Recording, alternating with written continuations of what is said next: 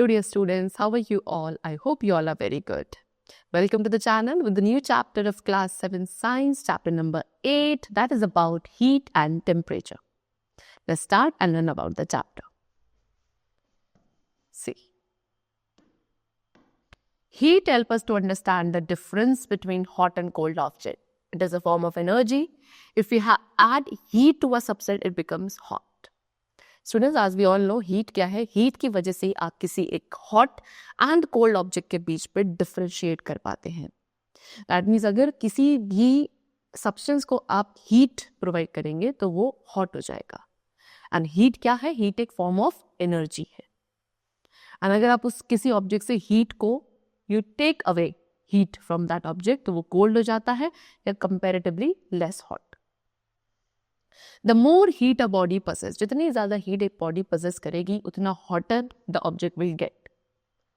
But how do we find out कि कितना hot या cold एक object है?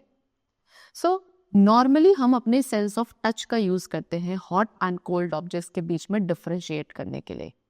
However, ये एक बहुत reliable method नहीं है hotness या coldness के extent को measure करने के लिए किसी भी object की. So now let's understand this with the following activity they have given you.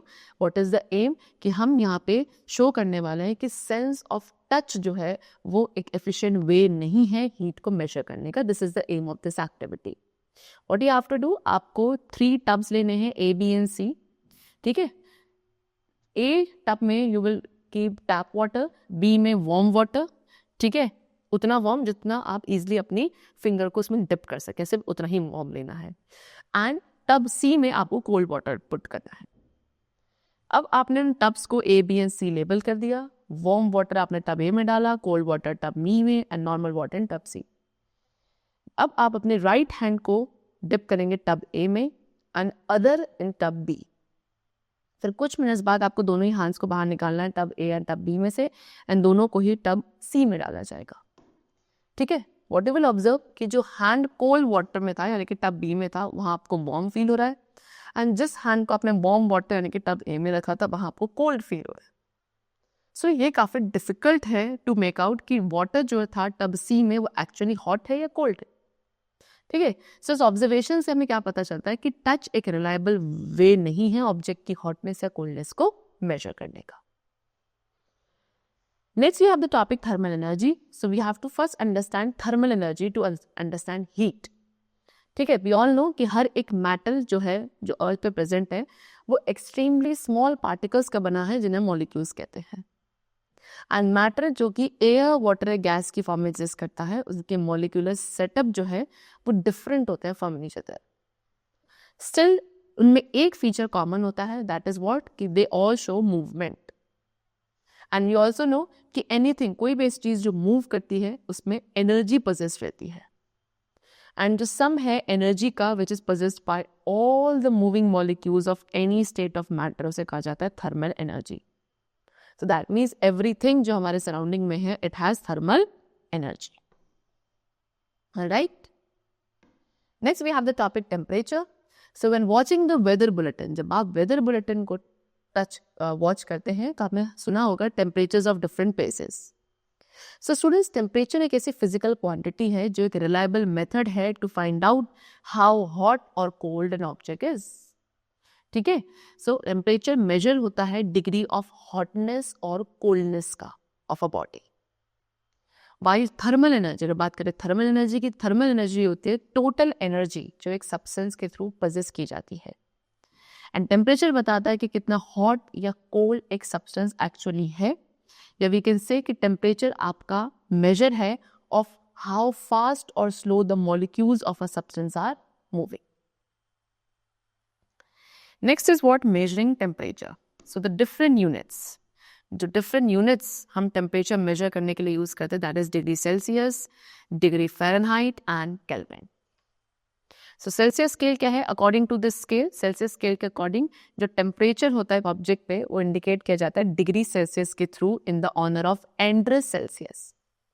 ठीक है? And इसको हम पढ़ेंगे as degree Celsius और degree centigrade. The lower fixed point is the point जहाँ पे प्योर वाटर फ्रीज हो जाता है at sea level, वो लिया जाता है 0 डिग्री सेल्सियस. ठीक है, एंड वो टेम्परेचर जहाँ पे प्योर वाटर बॉईल करता है या जो अपर फिक्स पॉइंट है that is 100 degree Celsius. Next is Fahrenheit scale. Fahrenheit scale क्या है, इसको नेम किया गया था after Gabriel Fahrenheit, and scale में जो टेम्परेचर होता है किसी भी ऑब्जेक्ट का that is indicated by degree Fahrenheit. ठीक है, आप इसको कैसे पढ़ते हैं, degree Fahrenheit, you read it. इस स्केल का जो लोअर फिक्स पॉइंट है वो 32 डिग्री फ़ारेनहाइट है and upper fix point is 212 degree Fahrenheit. ठीक है, 32 degree Fahrenheit and 212 degree Fahrenheit के बीच में students how many 180 markings are there, and according to the scale जो फ्रीजिंग पॉइंट है वाटर का वो 32 डिग्री फ़ारेनहाइट है and boiling point is 212 degree Fahrenheit. Third type of scale we have is Kelvin scale, and Kelvin scale में freezing point of water कितना होता है 273.15 kelvin and boiling point is 373.15 kelvin. जो SI unit है that is international system of unit किसकी, of temperature, उसे हम kelvin कहते हैं, represented by capital K, and you will learn more about the Kelvin scale in your higher classes. Now the temperature of a body, अब student किसी भी body के temperature को मेजर किया जाता है एक डिवाइस के through that is called thermometer, and कुछ most common types of thermometers जो हैं that is clinical thermometer and the other is laboratory thermometer. Alright, चलो, so first of all we have clinical thermometer. So when you fall sick, जब आप बीमार होते हैं तो आपने जो यूजुअली आप यूज करते हैं वो क्लिनिकल थर्मामीटर का यूज करते हैं अपने टेम्परेचर को चेक करने के लिए, जो कि स्मॉलर इन साइज है as compare to laboratory thermometer. इसकी जो टेम्परेचर रेंज होती है वो होती है 35 degree Celsius to 42 degree Celsius. ठीक है, एंड बाकी जो कॉरेस्पॉन्डिंग मार्किंग्स हैं इन डिग्री फ़ारेनहाइट वो भी यूजुअली इसमें मार्क होती हैं। This is a clinical thermometer which they have given you. ठीक है, see a clinical thermometer consist of a narrow glass. Clinical thermometer में एक नैरो ग्लास कैपिलरी होती है, उसके अलावा इसमें एक थिन ग्लास बल्ब होता है एक एंड पे जिसको अदर एंड पे सील कर दिया जाता है। इस बल्ब के अंदर मर्करी फिल्ड होती है। मर्करी आपका only metal which is liquid in state at the room temperature. So जैसे जैसे टेम्परेचर राइज होगा स्टूडेंट मर्करी एक्सपेंड हो जाती है एंड ऊपर की तरफ मूव करती है to show the temperature against the printed scale. And ये थर्मामीटर को हम ह्यूमन बॉडी टेम्परेचर मेजर करने के लिए यूज करते हैं, क्लिनिकल थर्मामीटर को। नॉर्मल ह्यूमन बॉडी टेम्परेचर आपका 98.6 डिग्री फ़ारेनहाइट होता है एंड इस थर्मामीटर में स्टूडेंट्स एक किंक या एक स्लाइट बेंड होता है just above the bulb of the thermometer. Why? So that mercury को स्टॉप किया जा सके from coming back into the bulb after the temperature has been remove from contact with the body. Now, what are the precautions? एक clinical thermometer को read करते वक्त क्या क्या प्रिकॉशंस हमें लेने हैं? Number 1, wash the thermometer. Thermometer को बिफोर एंड आफ्टर यूज करने से पहले एंड यूज करने के बाद अच्छे से वॉश करना है। सेकेंडली, थर्मामीटर को बहुत केयर के साथ हैंडल किया जाएगा to prevent any breakage. And then thermometer को हॉरिजॉन्टली आप होल्ड करेंगे, यानी कि हॉरिजॉन्टली यानी कि parallel to the floor at eye level, and make sure कि मर्करी लेवल आपका 35 डिग्री सेल्सियस से ऊपर होना चाहिए before the use. And do not touch, thermometer के बल्ब को आप टच नहीं करेंगे while you are reading the temperature. ठीक है, now next we come to what, laboratory thermometer. So laboratory thermometer में student number 1 point that it has no kink, इसमें kink नहीं होता है। एंड इस थर्मामीटर की रेंज वेरी करती है बट यूजुअली ये -10 डिग्री सेल्सियस से 110 डिग्री सेल्सियस के बीच की होती है। अब क्योंकि इस थर्मामीटर के अंदर लैबोरेटरी थर्मामीटर में किंक नहीं होता तो इसे हमें रीड करना पड़ता है while it is in contact with the material whose temperature it is measuring. ठीक है, जब ये थर्मामीटर उस मटेरियल के कॉन्टैक्ट में है जिसका टेम्परेचर आप मेजर कर रहे हो उसी दौरान आपको इस टेम्परेचर की, इस थर्मामीटर की रीडिंग को लेना है। Now calibrating a laboratory thermometer, तो एक लेबोरेटरी थर्मामीटर को कैलिब्रेट करने के लिए सबसे पहले आप इसके बल्ब को मेल्टिंग आइस में सबसे पहले पुट करेंगे, क्योंकि मेल्टिंग आइस का जो टेम्परेचर होता है वो 0 डिग्री सेल्सियस होता है। सो वेयर एवर जहाँ पे मर्करी लेवल स्टेबल हो जाएगा उस पॉइंट को आप मार्क करेंगे एज 0 डिग्री सेल्सियस और 32 डिग्री फ़ारेनहाइट और 273 केल्विन, एंड इसे कहा जाता है lower fix point of the thermometer. उसके बाद हमें थर्मामीटर को बॉइलिंग डिस्टिल वाटर के कांटेक्ट में रखना है, जहाँ से जिसमें से स्टीम बाहर आ रही हो, एंड वो लेवल जहाँ पे मर्क्यूरी लेवल आपका स्टेबलाइज हो जाएगा उसे आप अपर फिक्स पॉइंट कहेंगे, विच इज 100 डिग्री सेल्सियस और 212 डिग्री फ़ारेनहाइट और 373 केल्विन। एंड अब ये जो दो फिक्स पॉइंट के बीच का जो स्पेस होता है स्टूडेंट, वो इक्वली डिवाइडेड होता है एंड फर्दर सब डिवाइडेड होता है। तो थर्मामीटर को यूज करने के लिए आप उसे उस ऑब्जेक्ट के कांटेक्ट में रखेंगे जिसके टेम्परेचर को आप मेजर कर रहे हैं, और जो मर्करी का लेवल होगा कैपिलरी में, it is read against the scale printed. Alright, now next we have what, digital thermometer. Now students, nowadays आज के टाइम पे ह्यूमन बॉडी टेम्परेचर को मेजर करने के लिए डिजिटल थर्मामीटर्स यूज किए जा रहे हैं, एंड उसके क्या एडवांटेजेस हैं as compare to any earlier version. Number 1 कि डिजिटल थर्मामीटर में मर्करी नहीं होती, and as we all know mercury toxic nature की है। सेकेंडली, लाइट वेट होता है डिजिटल थर्मामीटर। थर्डली, ये काफ़ी एक्यूरेट रीडिंग आपको प्रोवाइड करता है। मीन्स व्हाट कि डिजिटल थर्मामीटर के अंदर टेम्परेचर सेंसर होता है जिसे हम थर्मिस्टर बोलते हैं और थर्मल रेजिस्टर बोलेंगे। ये क्या करता है, ये मटेरियल के रेजिस्टेंस में जो चेंज आ रहा है उसको मेजर करेगा due to the heat, and it will convert into analogue signal. Right, चलो now next we have what, conversion formula. So यहाँ पे कुछ फॉर्मूलाज गिवन है degree centigrade and degree Fahrenheit के बीच में रिलेशनशिप को शो करने के लिए। दैट इज व्हाट कि 9/5 degree Celsius plus 32 will give you Fahrenheit temperature. And इसी फॉर्मूला का यूज आप कर सकते हो फ़ारेनहाइट स्केल को सेंटीग्रेड या सेल्सियस में कन्वर्ट करने के लिए। That is what, Fahrenheit minus 32 into 5/9। अब यहाँ पे C फॉर सेल्सियस है, F फॉर फ़ारेनहाइट है, एंड इन्हीं फॉर्मूला का आप यूज कर सकते हो एक यूनिट के टेम्परेचर को अनदर यूनिट के टेम्परेचर में कन्वर्ट करने के लिए। Look at the following example, जैसे कि हम यहाँ पे 95 डिग्री फ़ारेनहाइट को डिग्री सेल्सियस में कन्वर्ट करेंगे। कैसे? By using the formula C equals to F minus 32 into 5/9। तो फ़ारेनहाइट वाला टेम्परेचर कितना 95, तो F की वैल्यू आपने 95 रखी, माइनस 32 इंटू 5/9, तो 95 माइनस 32 इज 63 इंटू 5/9, ठीक है, and then 9 7 63 and 7 5 35 degree Celsius. So that means 95 degree Fahrenheit किसके इक्वल होगा, सेल्सियस स्केल में 35 के इक्वल होगा। ठीक है, नेक्स्ट एग्जाम्पल इज यहाँ पे हम 40 डिग्री सेल्सियस को कन्वर्ट करेंगे डिग्री फ़ारेनहाइट में। For that we are going to use the formula C into 9/5 plus 32। C क्या है, सेल्सियस स्केल का temperature, that is 40। C into 9/5 plus 32 is the formula, ठीक है, सेल्सियस स्केल को Fahrenheit में कन्वर्ट करने के लिए। तो सेल्सियस की वैल्यू है 40 into 9/5 plus 32। What we did is that 40 into 9, 360 upon 5 plus 32, and 360 by 5 was 72 plus 32 will give you 104 degree Fahrenheit. That means 40 degree Celsius किसके equal है, 104 degree Fahrenheit के equal है। Now next we have the topic heat. So we have completed the topic of temperature, and next we come to heat. See, when an ice cube is taken out, जब आप ice cube को freezer से बाहर निकालते हैं, openly रखते हैं, तो वो मेल्ट हो जाती है। क्यों? बिकॉज आइस क्यूब का टेम्परेचर जो है अपने सराउंडिंग टेम्परेचर से कम हो चुका है। एंड जब दो डिफरेंट टेम्परेचर की बॉडीज को आप एक दूसरे के क्लोज जाते हैं, वहाँ पे एनर्जी का ट्रांसफर होता है उनके बीच में, एंड इस ट्रांसफर ऑफ एनर्जी को कहा जाता है हीट एनर्जी या सिंपली हीट। सिमिलरली जो हीट है सराउंडिंग में से वो कहाँ फ्लो हुई, आइस क्यूब में फ्लो हुई, एंड आइस क्यूब melts, वो मेल्ट हो गई। So now what is the difference between heat and temperature? Heat एक form of energy है and temperature measure है heat energy के level का, that is the degree of hotness or coldness of a body. Secondly, heat energy आपके body के temperature को raise करती है, and temperature decide करता है the direction of flow of heat, that is what, from a body at high temperature to the body at lower temperature. Thirdly, heat को हम major करते हैं जूल में, एंड टेम्परेचर को मेजर किया जाता है डिग्री सेल्सियस और डिग्री फ़ारेनहाइट में।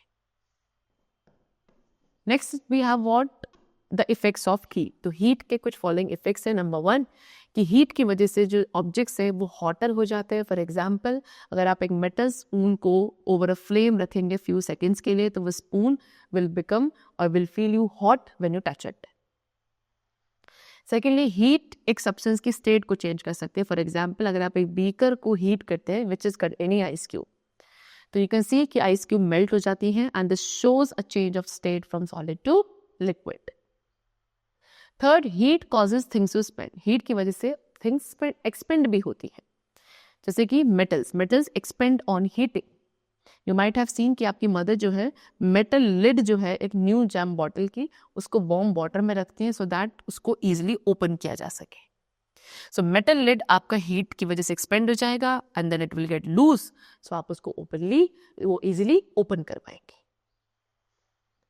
ना liquids also expand on heating. ठीक है, जो मर्करी लेवल होता है थर्मामीटर में, जो कि अगेन लिक्विड है मर्करी की, वो एक्सपेंड हो जाता है जब वो एक हॉट बॉडी के कांटेक्ट में आता है. Similarly gases also expand. Gases भी हीट करने पर एक्सपेंड होती हैं. ठीक है, आपने एक स्मॉल बलून फिक्स करना है on the mouth of an empty bottle and bottle को आप हॉट वाटर टब में रखेंगे. यू विल ऑब्जर्व कि बलून एक्सपेंड हो रहा है. बाय बिकॉज जो एयर है बलून के अंदर वो एक्सपेंड हो रही है ऑन हीटिंग एंड वो उस बलून के अंदर जो स्पेस प्रेजेंट है उसको ऑक्यूपाई कर रही है. सो इन अब सारे एग्जाम्पल से क्या क्लियर हुआ कि जो सब्सटेंसेस हैं वो एक्सपेंड करते हैं ऑन हीटिंग, जिसे हम कहेंगे thermal expansion. Now applications. Thermal expansion के एप्लीकेशंस क्या है स्टूडेंट्स? नंबर 1, एक थिक ग्लास टम्बलर ब्रेक हो जाता है जब आप उसके अंदर हॉट लिक्विड को पोर करेंगे. एंड ऐसा क्यों होता है? Due to contact with the hot liquid. क्योंकि वो हॉट लिक्विड के कॉन्टैक्ट में आ रहा है, जिसकी वजह से ग्लास का इनर सरफेस एक्सपेंड करेगा. एंड क्योंकि ग्लास हीट का पोर कंडक्टर है तो आउटर सरफेस उतना एक्सपेंड नहीं कर पाता एंड इस अनइक्वल एक्सपेंशन की वजह से glass will get break.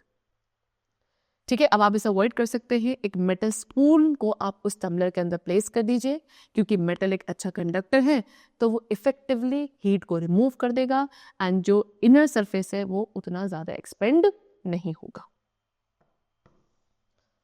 Then second we have what? Rail tracks. ठीक है, रेल ट्रैक्स के बीच में गैप्स प्रेजेंट होता है, जहाँ पे दो सेक्शन आपस में ज्वाइन हो रहे हैं. उस प्लेसेस पर आपने देखा होगा रेल ट्रैक्स के बीच में गैप छोड़े जाते हैं. ऐसा क्यों? बिकॉज ट्रैक्स बने होते हैं आयरन के एंड समर की हीट की वजह से या ट्रेन एंड ट्रैक के बीच जो फ्रिक्शन प्रोड्यूस होता है उसकी वजह से वहां पे जो आयरन है वो एक्सपेंड हो जाएगा एंड वो गैप जो है आयरन ट्रैक को स्पेस प्रोवाइड करते हैं फॉर एक्सपेंशन. ऑलराइट, चलो next they have given you the cable wires. जो केबल वायर्स होते हैं कोई भी दो पोल्स के बीच में, वो भी लूज छोड़े जाते हैं सो दैट विंटर सीजन में जब टेम्परेचर ड्रॉप होता है वायर आपके ब्रेक ना हो on contracting. Alright, now next we have the topic transfer of heat.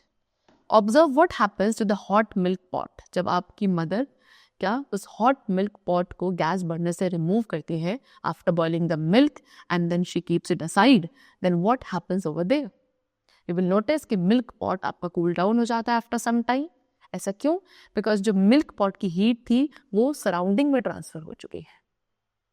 इस तरीके से आप एक हॉट ऑब्जेक्ट को कोल्ड ऑब्जेक्ट के कांटेक्ट में रखेंगे. After some time you will notice कि जो कोल्ड ऑब्जेक्ट है वो भी थोड़ा सा हॉट हो चुका है, वेयरएज जो हॉट ऑब्जेक्ट है वो थोड़ा सा कूल डाउन हो चुका है. ऐसा क्यों? क्योंकि हॉट ऑब्जेक्ट ने अपनी कुछ हीट कोल्डर ऑब्जेक्ट में ट्रांसफर कर दी. सो वी नो कि हीट हमेशा ट्रांसफर होती है एक हॉट ऑब्जेक्ट से कोल्ड ऑब्जेक्ट के टूवर्ड्स. यानी कि एक ऐसा ऑब्जेक्ट या एक जो हाई टेम्परेचर पे है उस हाई टेम्परेचर वाले ऑब्जेक्ट से लो टेम्परेचर वाले ऑब्जेक्ट के टूवर्ड्स ही हीट का ट्रांसफर होता है. और तब तक होगा जब तक दोनों ही ऑब्जेक्ट्स एक कॉमन टेम्परेचर पर नहीं आ जाते. ठीक है, अब इस स्टेट में जो बॉडीज होती हैं उन्हें हम कहते हैं they are in a state of thermal equilibrium and जो कॉमन टेम्परेचर वो अटेन करते हैं उसे कहा जाता है इक्विलिब्रियम टेम्परेचर. ठीक है, लिक्विड्स एंड गैसेस ये आपके बैड कंडक्टर्स ऑफ हीट है. मर्करी ये एक लिक्विड है बट ये एक्सेप्शन केस है, यानी कि ये हीट का अच्छा कंडक्टर है. ओके, चलो so now the transfer of heat. अब स्टूडेंट्स हीट का जो ट्रांसफर है वो 3 मेथड से होता है, that is conduction, convection and radiation. First of all, we'll talk about conduction. The process of heat transfer from the hotter end of an object to the colder end is called conduction. एक ऐसा process heat transfer का जो एक object के hot and से object के cold and के towards होता है, that is called conduction. And conduction of heat जो है वो without the actual displacement of atoms और particles के बिना होता है. अब कंडक्शन ऑफ हीट आपका तब भी होगा जब दो बॉडी जो कि डिफरेंट टेम्परेचर पे हैं उन्हें आप एक दूसरे के कांटेक्ट में रखते हैं, एंड इस केस में हीट का ट्रांसफर हमेशा हॉटर ऑब्जेक्ट से कोल्डर ऑब्जेक्ट के टुवर्ड्स होगा. Next we have conductors and insulators. So you just observe the cooking vessels जिन्हें आप अपने किचन में यूज करते हो. अगर आप उन कुकिंग वेसल्स को ऑब्जर्व करोगे तो यू मस्ट हैव सीन कि कुकिंग वेसल्स आपके जनरली मेटल्स के बने होते हैं. क्यों? बिकॉज जब आप उन्हें हीट करते हैं तो मेटल काफी हॉट हो जाता है. देन फ्रॉम द वेसल्स में से हीट आपकी ट्रांसफर होती है उस फूड तक जिससे वो फूड आपका कुक होगा. इसीलिए मेटल्स जो है दे कंडक्ट हीट, एंड वो सब्सटेंसेस जो हीट को कंडक्ट करते हैं they are called conductors. Now metal के वेसल्स जनरली वुडन हैंडल्स के साथ होते हैं. If you have observe them, wooden handles जो है आपके हॉट नहीं होते हैं जब आप वेसल्स को हीट करते हो, because wood does not conduct heat, and ऐसे सब्सटेंसेस जो हीट को कंडक्ट नहीं करेंगे they will be called insulators. And हम एवरीडे लाइफ में कंडक्टर्स एंड इंसुलेटर्स दोनों का ही यूज करते हैं. जैसे कि examples, bricks, mud and concrete, इन्हें as a building material use करा जाता है बिकॉज ये पोरस होते हैं एंड एयर को ट्रैप करके अपने हमारे जो घर है, हाउसेज है, वो इंसुलेटेड रहते हैं. सेकेंडली, व्हीकल्स जो कि इनफ्लेमेबल मटेरियल को कैरी करते हैं, इन्हें इंसुलेटिंग मटेरियल से कवर किया जाता है लाइक एस्बेस्टोस. राइट. देन वूल जो कि वार्म रहता है विंटर्स में, बिकॉज वूल के अंदर जो पोर्स हैं वो एयर को ट्रैप करते हैं, which is a bad conductor of heat. And इस तरीके से वूल हमारी बॉडी को वार्म रखेगा by not allowing the heat from our body to escape out. Next, air आपका गुड हीट इंसुलेटर होता है. ठीक है. सील एंड पोलर बियर्स जो कि कोल्ड आर्कटिक रीजन में रहते हैं, उनकी बॉडी पर थिक लेयर्स होती हैं फर की, सो दैट वो एयर को ट्रैप कर सके एंड उनकी बॉडी पे एक इंसुलेटरी लेयर बच सके to keep their body warm. Now the next method of transfer of heat energy that is convection. ठीक है. So you might have seen कि टिनी टी लीव्स, जो छोटी छोटी सी टी लीव्स होती हैं, वो मूव अप एंड डाउन करती है वाटर में व्हाइल बीइंग हीटेड. ऐसा क्यों? बिकॉज जो बॉटम सरफेस है बीकर का वो सबसे पहले हीट होता है, एंड देन द वाटर जो इस सरफेस के कांटेक्ट में होगा वो हॉट होता है, and then the water also rises up. Cold water जो कि टॉप में होता है वो फिर साइड्स के थ्रू मूव करता है उसके प्लेस को फिल अप करने के लिए, एंड देन उसके बाद वो कोल्ड वाटर भी हॉट हो जाता है, and then also it rises up. So इस तरीके से जो सर्कुलर करंट है hot and cold stream of water का, they are set up inside the vessel. And ऐसे मेथड को जहाँ पे हीट का ट्रांसफर हो रहा है एंड उसमें सब्सटेंसेस के मॉलिक्यूल्स का एक्चुअल मूवमेंट इन्वॉल्व्ड है being heated, that is called convection. And इस मेथड ऑफ हीट ट्रांसफर को आप यूजुअली फ्लूइड्स एंड गैसेस में देखते हैं. ठीक है. Now they have given you some examples of convection. Number 1, एक एप्लीकेशंस ऑफ कन्वेक्शन. सबसे पहले वेंटिलेटर्स, जो हमारे हाउसेज में वेंटिलेटर्स होते हैं वो नियर द सीलिंग लोकेट किए जाते हैं, जिससे जो रूम की हॉट एयर है वो ऊपर की तरफ राइज हो एंड वेंटिलेटर से बाहर चली जाए, एंड देन जो फ्रेश कूल एयर है वो विंडो से अंदर की तरफ आए एंड जो राइजिंग वार्म एयर का प्लेस है उसको ऑक्यूपाई कर ले. Secondly, land and sea breeze जो कि नियर द कोस्टल एरियाज होते हैं वो भी कन्वेक्शन करंट की वजह से ही हैं which are set up in the air, क्योंकि लैंड सरफेस एक बेटर कंडक्टर है हीट का एज कंपेयर टू वाटर, तो वो जल्दी हीट अप हो जाता है during the day time as compare to water. And इसकी वजह से जो एयर है close to the land surface it becomes warmer air rise up, and cool air जो सी पर होती है वो रश करती है उसके प्लेस को ऑक्यूपाई करने के लिए. This gives rise to the sea breeze. इसी को कहा जाता है sea breeze. Next, at the night time. अब नाइट टाइम पे जो लैंड है वो फास्टली कूल होती है as compare to water in the sea. So जो एयर है अबव द सी वो वार्मर रहेगी उस एयर के कंपैरिजन में जो लैंड सरफेस के ऊपर है, एंड जो वार्मर एयर है ओवर द सी क्योंकि वो लाइटर है it will rise up, and जो कूल एयर थी लैंड से वो उसके प्लेस को ऑक्यूपाई कर लेगी, and this give rise to land breeze. Alright. चलो, सी बर्ड्स भी कन्वेक्शन करंट का ही यूज करती हैं, एयर के कन्वेक्शन करंट्स को. ठीक है. To rise high and glide effortlessly without flapping their wings. Now the third method of transfer of heat energy is radiation. ठीक है. सो नाउ कंडक्शन और कन्वेक्शन मेथड में हमें एक मीडियम की रिक्वायरमेंट थी जिससे हीट का ट्रांसफर हो रहा था, राइट. बट एक ऐसा मेथड हीट ट्रांसफर का जिसमें एक मीडियम की रिक्वायरमेंट नहीं होती, दैट इज कॉल्ड रेडिएशन. तो heat from the sun, sun की हीट जो हमारे अर्थ सरफेस तक पहुंचती है स्टूडेंट्स, वो किस मेथड के थ्रू? रेडिएशन मेथड के थ्रू ही आती है. अर्थ जो है इसमें से कुछ हीट को एब्जॉर्ब कर लेता है and then it gets heated up. Just like the sun, sun की तरह जितनी भी हॉट बॉडीज है वो भी हीट रेडिएट करती हैं. जितना ज़्यादा हाई टेम्परेचर एक बॉडी का होगा उतनी ज़्यादा हीट वो रेडिएट करेगा. एंड जो ऑब्जेक्ट्स इस हीट को एब्जॉर्ब करते हैं वो हॉट हो जाते हैं. The people sitting around a bonfire, वो लोग जो बॉन फायर के अराउंड बैठे हुए हैं वो भी रेडिएशन प्रोसेस के थ्रू ही हीट को रिसीव करते हैं. कलर भी रिस्पॉन्सिबल है for the amount of heat absorbed. ठीक है. डार्क कलर्स जो होते हैं वो ज़्यादा हीट एब्जॉर्ब करते हैं लाइटर कलर्स के कंपैरिजन में. This is why we prefer to wear dark colour cloth. इसलिए विंटर सीजन में हम ज़्यादा डार्क कलर के जो कपड़े वो पहनना पसंद करते हैं. And in the summer season में we should wear light coloured clothes. ठीक. देन रूम हीटर्स में भी मिरर्स होते हैं बिहाइंड द हीटिंग कॉइल जो कि हीट को रिफ्लेक्ट करेगा radiated to the front.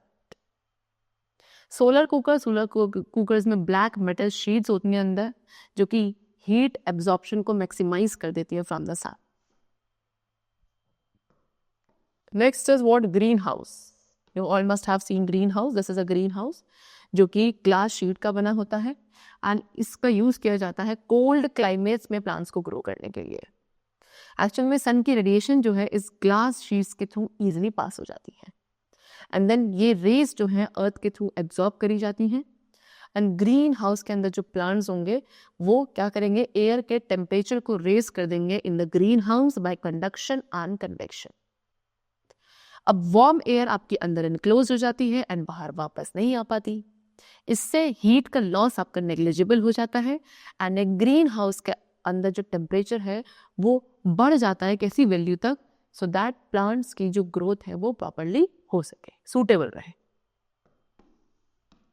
Next we have vacuum flask. Vacuum flask क्या है? एक डिवाइस है जिससे हम हॉट लिक्विड्स को हॉट रखते हैं एंड कोल्ड लिक्विड्स को कूल रख सकते हैं for a long time. Right. So basically vacuum flask में डबल वॉल्ड कंटेनर होता है ग्लास और मेटल का एंड उन दो वॉल्स के बीच का जो रीजन है और उस रीजन में जो एयर होती है उसको हम रिमूव कर देते हैं, यानी कि उस रीजन को पूरी तरीके से वैक्यूम कर दिया जाता है एंड उस ओपनिंग को सील कर दिया जाता है. उसके बाद वॉल्स को कोट किया जाता है सिल्वर एंड वेसल को मेटालिक केस के अंदर रखते हैं separated by some plastic support. उसके बाद उस वेसल के माउथ को क्लोज कर दिया जाएगा एक कैप से जो कि इंसुलेटिंग मटेरियल का बना है. फिर उस फ्लास्क के वॉल्स के बीच जो वैक्यूम है वो हीट लॉस को रिड्यूस कर देता है by conduction and convection appreciably and वो वेल पॉलिश्ड सिल्वर सरफेस फिर हीट को रिफ्लेक्ट बैक करेगा ट्राइंग टू एंटर इन और लीविंग आउट रिड्यूसिंग रेडिएशन. इसकी वजह से फ्लास्क आपका उस टेम्परेचर को, उस लिक्विड के टेम्परेचर को रिटेन रखेगा which is kept in it for a long time. Okay. चलो, now they have given you a summary of heat transfer mechanism in a tabular manner. You could see this is conduction, radiation. Conduction में heat transfer जो है solid, liquid and gases में होता है. Convection के through heat transfer liquid and gases में होगा and radiation के थ्रू हीट ट्रांसफर जो है विदाउट एनी मीडियम होता है. जितने भी हॉट ऑब्जेक्ट्स है वो सभी हीट को गिव करते हैं बाय रेडिएशन. Secondly, conduction में heat transfer will take place on contact. Hot molecules and cold molecules के बीच में जो contact होगा उससे heat का transfer होता है in the conduction method. Convection में जो hot molecules हैं वो ऊपर जाते हैं and then heat source से अलग हो जाते हैं to the coldest region at the top. And cold molecules भी आपके heat source तक जाएंगे setting up convection cycle. Radiation में हीट को कैरी किया जाता है as wave packets of energy जिन्हें फोटोन्स कहते हैं एंड ये स्ट्रेट लाइंस में ट्रैवल करते हैं. कंडक्शन में जो कंडक्शन है वो वैक्यूम में नहीं हो सकता. कन्वेक्शन आपका वैक्यूम में नहीं हो सकता and it's solid also because molecules यहाँ पे फ्रीली मूव नहीं कर पाते. एंड रेडिएशंस में किसी मीडियम की रिक्वायरमेंट ही नहीं है सो दैट इट मीन्स कि ये वैक्यूम में भी हो सकता है. इंडक्शन में हीट ट्रांसफर किसी भी डायरेक्शन में हो सकता है, from hot to cold. Convection में जो हीट ट्रांसफर है वो कहाँ होता है? Along the path of convection current from heat source to coldest region at the top. And radiation में हीट ट्रांसफर आपका कब होगा? जब फोटोन्स ऑब्स्टेकल से मीट अप होंगे. एंड द लास्ट, कंडक्शन एक रिलेटिवली स्लो प्रोसेस है. कन्वेक्शन फास्टर होता है कंडक्शन से, बट रेडिएशन से स्लो होता है. एंड रेडिएशन सबसे फास्टेस्ट वे है हीट ट्रांसफर का, in terms of velocity and also the amount. Alright, the chapter is completed over here. This was all about the concept of temperature along with the heat. I hope that you must have understood it very carefully. Now let's meet you very soon. Till then, take care of yourself and thanks to everyone.